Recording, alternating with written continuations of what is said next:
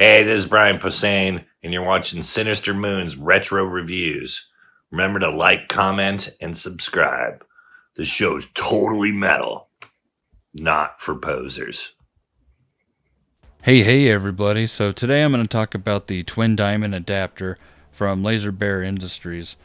It actually allows you to use NES and SNES controllers on your Sharp Twin Famicom or your AV Famicom. You have your choice of multiple colors to choose from on the Laser Bear Industries website. You can also get a kit for $45 that you assemble yourself, or you can get the fully assembled version for $75, excluding shipping and taxes, of course. Anyhow, I'm going to go ahead and plug this into the Sharp Twin Famicom.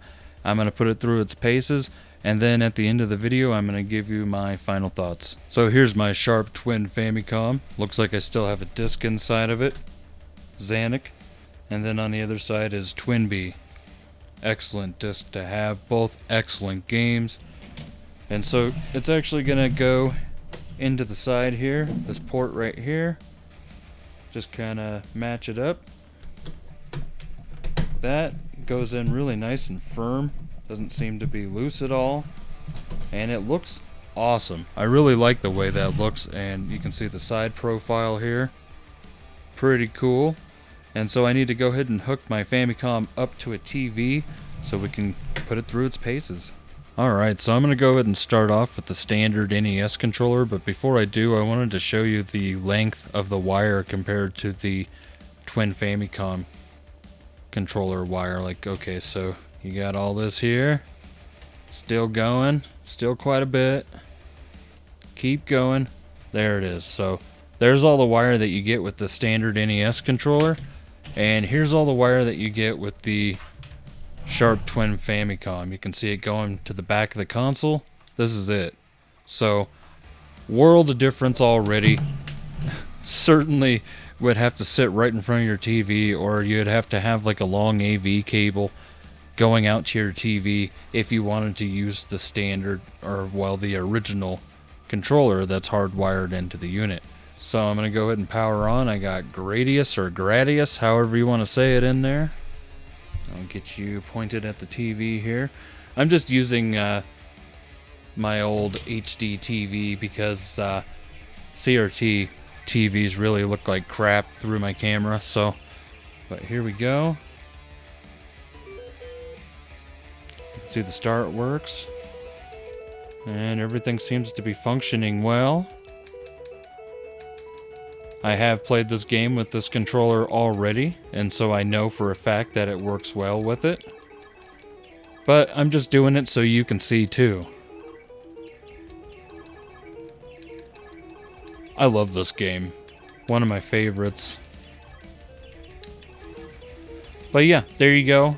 And see, I can press B to select that. Oh, and I died because I wasn't paying attention. But you get the point. It works, and it works well. And you get all that extra wire length, so that's pretty cool. Let's move on to the next controller. Alright, and so next up I'm going to be playing Star Force with the NES Advantage. And we'll just get you back over here like that. There we go. And press start. And I got the turbos set all the way up here. But yeah, you can see that it works really well. It's perfect for this game, as a matter of fact, with the turbo and everything. I actually really like the NES Advantage. I don't know about you guys, but I've always thought that the NES Advantage was one of the best controllers that you could get for the NES. And it still holds up today, in my honest opinion. But there you go. It for sure works with this adapter. Now I'm going to go ahead and play some Thexter with a Super Nintendo controller. I've been looking forward to this. I absolutely love Thexter. It's my only boxed Famicom game. And you press start and it loads up. And I'm getting movement. Feels good. I love this game. One of my all-time favorites, and I'm getting my butt kicked here. But yeah, as you can see, it works, and it works well. I'm really stoked about this. And so something that kind of crosses my mind, what happens if I hook an NES controller in at the same time? Will they both work or no? I don't know. I haven't tried it yet, to be honest, but we're going to go ahead and try right now. And I'm hooking it in. There we go. Alright, so we got the NES controller hooked up. And it's also working, but it's not working correctly. It's kind of that's not right. Does this one still work? That one doesn't work now either. So it doesn't like that. Maybe if you kind of jiggle the adapters, maybe it'll work. I don't know. Oh, yeah, that kind of got it. Okay, so this one's working again. How about this? That one's not working. And so it appears that you can't have two controllers hooked into the same controller, or the, I don't know, first player or second player or whatever at the same time. So keep that in mind. Whichever one you choose initially, that's the one that you got to keep using. And so I think you can tell by now that this thing works with everything that I throw at it. Off camera, when I first got the device, I tried it with the NES Zapper, and yes, it does work with the NES Zapper. I'm not going to do that today because I'm using an LCD TV, so it's not going to work with that. I typically use my twin Famicom with CRT TVs. I just made an exception for this video because they don't work well. CRT TVs just do not show well on my camera. I've also used it with the NES Max and some generic controllers, and they all work well. But yeah, I'm going to show you one last joystick here. The game will be Xanic on disc, and the joystick is going to be my 8-bit Doe, which I have modified with better buttons and a better stick.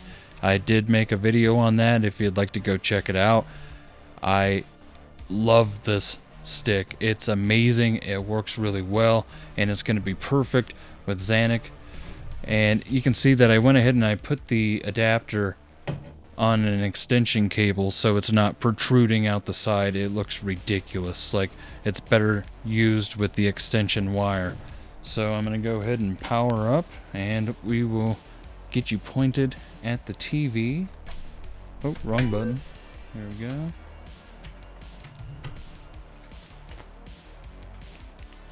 And hopefully it will pair up right away. If not, I'll just turn it on. There we go. Alright, so it should be paired up. You can see, press start, and it starts. The thing that sucks about this, though, is if you look down here, it says A and B.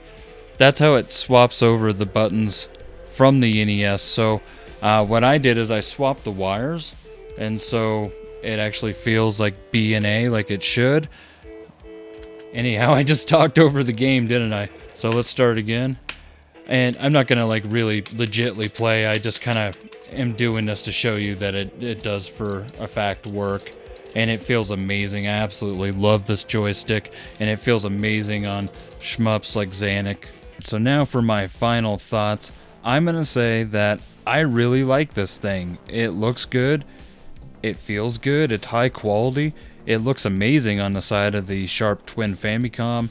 It does everything that it's intended to do. However, I will say this. $75 is a little bit much for something like this. If you're okay spending around $85 after shipping and tax for this thing, then by all means, do it, because it is awesome. However, I will say that the $45 price point for the kit is much more reasonable. If you're okay with the soldering iron, I would suggest that you get the kit instead, just because it's significantly cheaper. I mean, 30 bucks, you know. There are other options out there that are much cheaper than this. They may not allow both Super Nintendo and NES controllers, but you know, like, you'll at least have one or the other. And yeah, it's just cheaper. But you do have to deal with the fact that they are wires, and so they might not be as durable as something like this. This is top quality. Like, there aren't any other ones out there that are this nice. So with all that said, I'm going to say that I do suggest it. I do like it. It works well. However, I would probably go for the kit version and assemble it myself to save the $30. So until next time, please like, comment, and subscribe. Stay sinister, everyone. Hey, this is Tommy Chong, and you've been watching Sinistermoon's Retro Reviews. It's far out, man, and remember to like, comment, and subscribe. Sinistermoon's Retro Reviews.